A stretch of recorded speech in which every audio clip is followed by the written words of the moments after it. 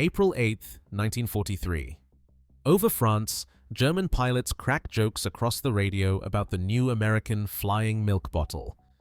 The P-47 Thunderbolt looks bloated, sluggish, and nothing like a threat until it climbs above 27,000 feet, shrugs off cannon fire, then returns a hurricane of .50 caliber rounds. Few Luftwaffe aces survive. They laughed, convinced this heavyweight was a punchline, but within weeks, it turned into their worst nightmare, rewriting the rulebook for air combat and forcing the surrender of old assumptions along with German planes. What transformed a subject of ridicule into the juggernaut that buried the Luftwaffe in steel? The answer begins right here. On April 8, 1943, as the P-47 Thunderbolt first cut contrails over France, German pilots dismissed it as a bad joke.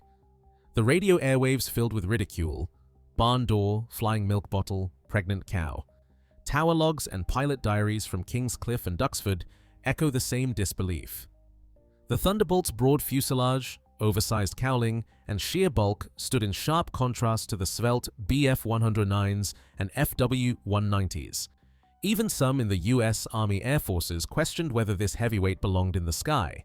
But every contour of the P-47 was a deliberate gamble by Republic's chief designer, Alexander Kartveli. He had watched too many light fighters burn in the interwar years. His answer? A dinosaur with good proportions, big, powerful, able to take punishment. When Air Corps officials pushed for a lighter, more agile machine, Kartveli held his ground. He built the turbo-supercharger duct system first, then wrapped the airframe around it. The result was a Pratt & Whitney R-2800 engine able to deliver sea-level power at 27,000 feet, where most German fighters began to gasp for air. Internal memos reveal the tension. Brass worried about cost and complexity, Kartveli insisted that armor, firepower, and altitude would save pilots' lives. What looked like excess was actually insurance: thick skin, self-sealing tanks, and a cockpit surrounded by armor plate. The weight was not a flaw, but a shield. In the coming weeks, the same pilots who laughed at the Thunderbolt's silhouette would learn that underneath the jokes was a machine built to survive, and to kill at heights where the Luftwaffe had always felt safe. Pilots who first took the Thunderbolt into combat faced a steep and unforgiving learning curve. Early training accidents filled the logs. Dives that pushed past 500 miles per hour led to sudden nose drops, compressibility, and fatal crashes for those who didn't master the new recovery procedures. Instructors warned that the P-47 was no Spitfire. Its mass and speed could be as dangerous as any enemy if mishandled. Yet, as the months wore on, a different reputation began to form. Reports from frontline squadrons described Thunderbolts limping home with gaping holes, shredded control surfaces, and oil streaming from battered engines. Mechanics patched up wings that looked like colanders and refitted armor plates peppered with shrapnel. Then, on June 26 and 43, Lieutenant Robert S. Johnson took off from Manston in his P-47C, call sign Half Pint, as part of the 61st Fighter Squadron.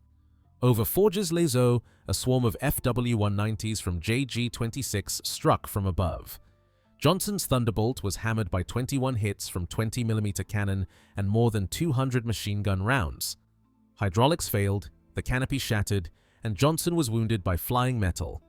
With the cockpit filling with smoke and the escape hatch jammed, he braced for the end. But the radial engine kept turning. Armor plate and self-sealing tanks absorbed the worst. Johnson nursed the crippled jug back across the channel, landing on instinct, trailing fluid and fire. Ground crews counted the holes, shook their heads, and photographed the wreckage. The aircraft was repaired and flown again, its scars a testament to Kartveli's vision. German intelligence reports, stunned by the Thunderbolt's ability to absorb punishment and keep flying, began circulating warnings: aim for the cockpit or engine, or avoid these machines altogether. For pilots and planners on both sides, the Thunderbolt's toughness was no longer theory. It was fact, hammered into metal and flesh at 20,000 feet. Thunderbolt squadrons learned that brute force alone wouldn't win the sky. Instructors from the 56th Fighter Group drilled a new doctrine into every pilot: fight with altitude, attack with speed, never turn with the enemy. Boom and zoom became the mantra: climb high, roll inverted, and dive at 550 miles per hour, letting gravity and horsepower turn mass into momentum. The P-47's turbo-supercharger delivered full power above 25,000 feet, where Luftwaffe engines struggled for breath. Once in range, 8.50 caliber Brownings unleashed a combined rate of fire approaching 6,000 rounds per minute. Pilots set their convergence at 300 yards, creating a zone where crossing a Thunderbolt's path meant instant destruction. Gun camera film from 1943 shows wings and tails sheared off German fighters in a single pass. But tactics alone weren't enough. Mechanics in muddy dispersals worked around the clock, swapping out the old narrow blade props for the new 13-foot paddle blade, Curtiss Electric. The difference was immediate. Climb rates jumped to 3,000 feet per minute, and acceleration in a zoom left German pilots stunned. After-action reports from Luftwaffe units began to note a new threat. The fat ones climb now. Maintenance logs from Kingscliff to Boxted record the pace. Dozens of Thunderbolts retrofitted in days, each one emerging with a deeper growl and a sharper bite. The combination of altitude tactics and hardware upgrades transformed the Thunderbolt from a survivor into a predator, able to dictate the terms of every fight. Thunderbolt formations began stretching farther from England, their wings heavy with 108-gallon drop tanks and a 75-gallon belly tank. Escort leaders mapped routes deep into Germany, 600-mile round trips, once thought impossible for a single-engine fighter. Mission logs from the Schweinfurt and Regensburg raids show P-47s trading fuel for firepower, jettisoning tanks near the target, and unleashing their .50 caliber guns on anything that moved. Gun camera reels from these escorts capture the instant a wall of lead found its mark. Bf-110s and Ju-88s breaking apart in midair, the sky littered with debris. Below, 9th Air Force controllers watched columns vanish under the Thunderbolt's guns and bombs. Over 200,000 sorties were flown from Normandy to the Rhine, with P-47s dropping nearly 120,000 tons of bombs and firing more than 60,000 rockets. German ground troops called it Donnerschlag, the thunderclap. Daylight movement became suicide. Diaries from panzer crews describe a constant dread, engines killed before a single shot could be returned. In the Pacific, the 348th Fighter Group took the P-47N's wet-wing tanks to the limit. Pilots flew 600-mile over-water missions to escort B-29s and strike Japanese airfields. Japanese aces wrote of monsters, too big, too fast, too hard to bring down. By 1945, even the jet age offered no refuge. P-47M pilots, riding 300 extra horsepower from water methanol injection, intercepted Me-262s as they lifted off or landed. Debriefings record jet kills over Bremen and Lechfeld, the Thunderbolt's speed and firepower proving lethal even against the newest technology. Across continents and missions, the Jug became the nightmare no one could outrun. Republic's Farmingdale plant ran day and night, stamping out Thunderbolts at a pace no German factory could match. By war's end, 15,683 P-47s rolled from the lines, enough to replace whole squadrons in days, not months.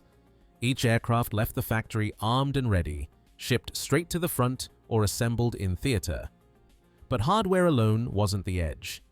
Stateside, instructor pilots drilled trainees for hundreds of hours, gunnery, emergency dives, engine management, building a pipeline of replacements that kept the front line strong even as attrition mounted. The average American pilot arrived in Europe with over 200 hours in the cockpit, a margin few Luftwaffe rookies could claim.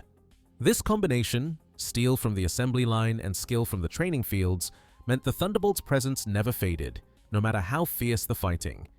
By the final tally, the numbers told a story the Luftwaffe could no longer ignore. Thunderbolt pilots claimed an air-to-air kill ratio of 4.6 to 1, an edge built not just on firepower, but on the ability to bring pilots home.